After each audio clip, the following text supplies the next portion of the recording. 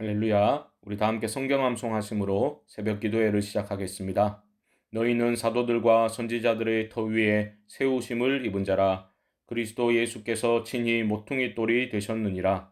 그의 안에서 건물마다 서로 연결하여 주 안에서 성전이 되어가고 너희도 성령 안에서 하나님이 거하실 처소가 되기 위하여 그리스도 예수 안에서 함께 지어져 가느니라.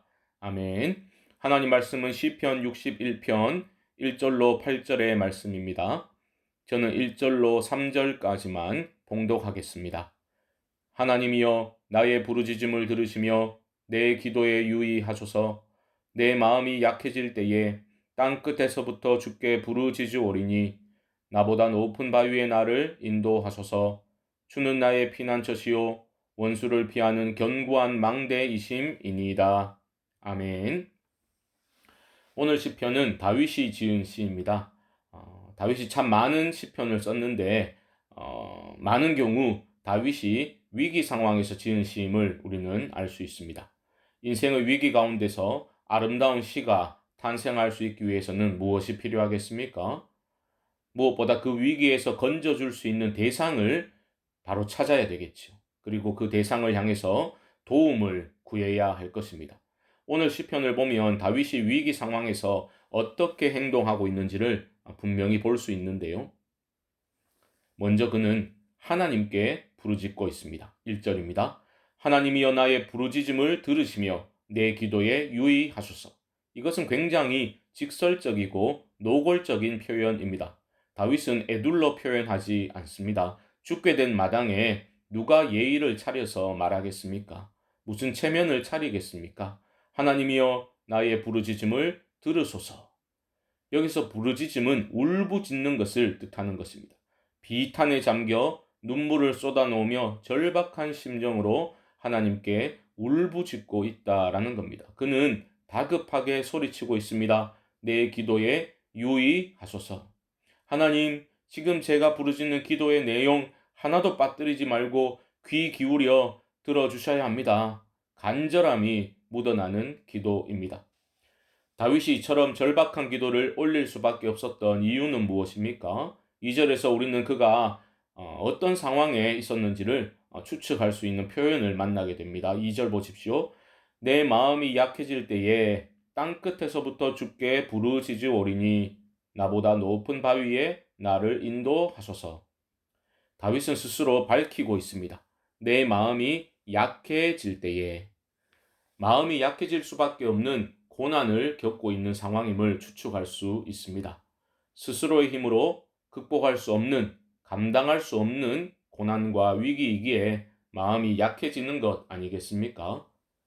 그런 어려운 상황은 땅끝이라는 표현에서도 짐작 가능하지요.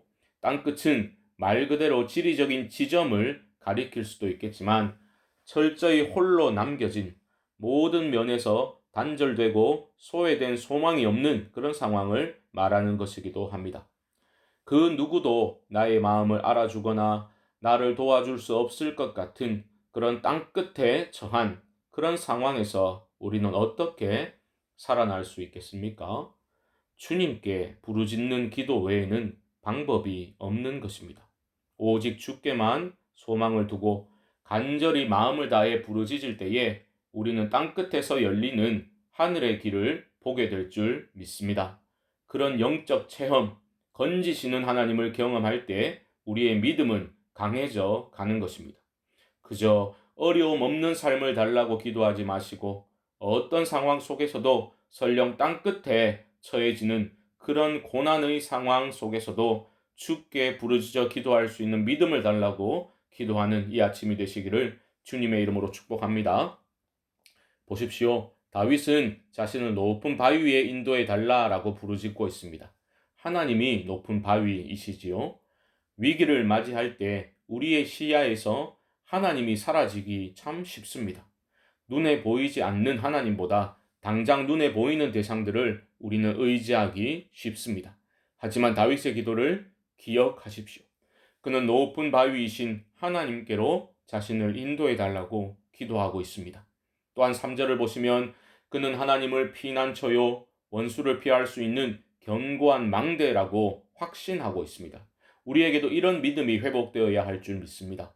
우리의 피할 바위가 되시고 피난처 되시고 견고한 망대 되시는 하나님을 신뢰하는 믿음으로 위기의 때에 간구하실 수 있기를 바랍니다.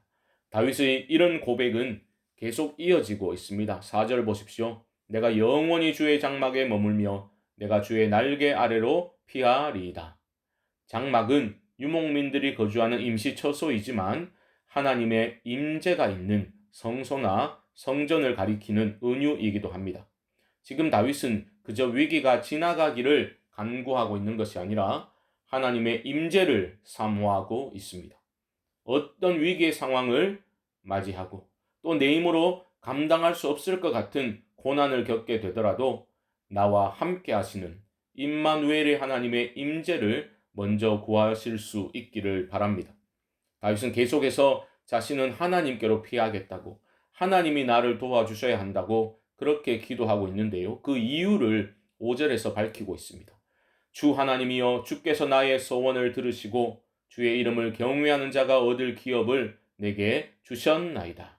우리말 번역에는 생략되어 있지만 원문에는 왜냐하면이라는 접속사가 문두에 있습니다. 왜 다윗은 확신 가운데 하나님께 피하고 있습니까? 왜 그는 하나님께만 도움을 구하고 있습니까? 과거 위기의 때에 자신의 소원을 들으시고 하나님이 응답해 주셨기 때문입니다. 이런 하나님 경험이 우리 삶에도 계속해서 있어야 할 것입니다. 신앙은 그저 마음의 위로나 안정감을 가져다주는 어떤 심신 안정제 정도가 아닙니다. 능력의 하나님께서, 전능하신 하나님께서 내 삶에 개입하시고 믿음으로 구하고 하나님께 모든 것을 걸고 드린 기도가 응답되는 것을 경험해야 하는 것입니다. 이런 기도 응답의 복이 우리에게도 임할 수 있기를 주님의 이름으로 축복합니다. 이어지는 구절을 보면 갑자기 왕의 평안을 구하는 기도가 나오고 있습니다. 6절 보십시오. 주께서 왕에게 장수하게 하사 그의 나이가 여러 대에 미치게 하시리이다. 사실 왕의 장수를 구하는 기도는 특별한 기도가 아니었습니다. 왕의 수명은 안정적인 통치와 직결되어 있는 것이지요. 하지만 다윗의 기도는 메시아적인 소망이 묻어나는 기도로 우리는 볼 수 있습니다. 7절을 보시면 알 수 있는데요. 그가 영원히 하나님 앞에서 거주하리니 인자와 진리를 예비하사 그를 보호하소서. 사실 이스라엘 왕국의 역사를 보면 실패한 역사임을 알 수 있습니다. 진정으로 하나님의 인자와 진리의 보호하심을 받고 하나님께서 진정한 왕으로 온 땅을 통치하실 것을 소망하는 그런 마음이 우리 안에 꺼지지 않고 살아 있어야 할 것입니다. 참 소망이신 우리 주님이 내 삶의 왕으로, 또한 이 어두운 세상을 새롭게 하실 왕으로 다스려 주시기를 소망하는 마음으로 이 하루도 온전히 주님을 바라보시는 우리 성도님들 되시기를 주님의 이름으로 간절히 축원드립니다. 우리 합심으로 한번 기도하겠습니다. 내가 경험하게 되는 땅끝에서 오직 하나님께 간절히 부르짖어 도움을 구하고 하나님의 임재를 사모하는 기도를 드리게 하옵소서. 교회와 가정을 위해서 기도하는 날입니다. 70주년 맞이하여 우리 교회가 성령 안에서 참된 부흥을 경험케 하여 주시고 성광의 모든 가정에 주님의 은총이 가득하게 하여 주옵소서. 코로나를 이겨낼 수 있는 힘을 주옵시고 한국교회가 복음으로 돌아갈 수 있도록 도와주옵소서. 이외에도 가지고 나오신 개인적인 기도의 제목들을 가지고 주님의 이름을 한번 부르고 기도를 시작하겠습니다. 주여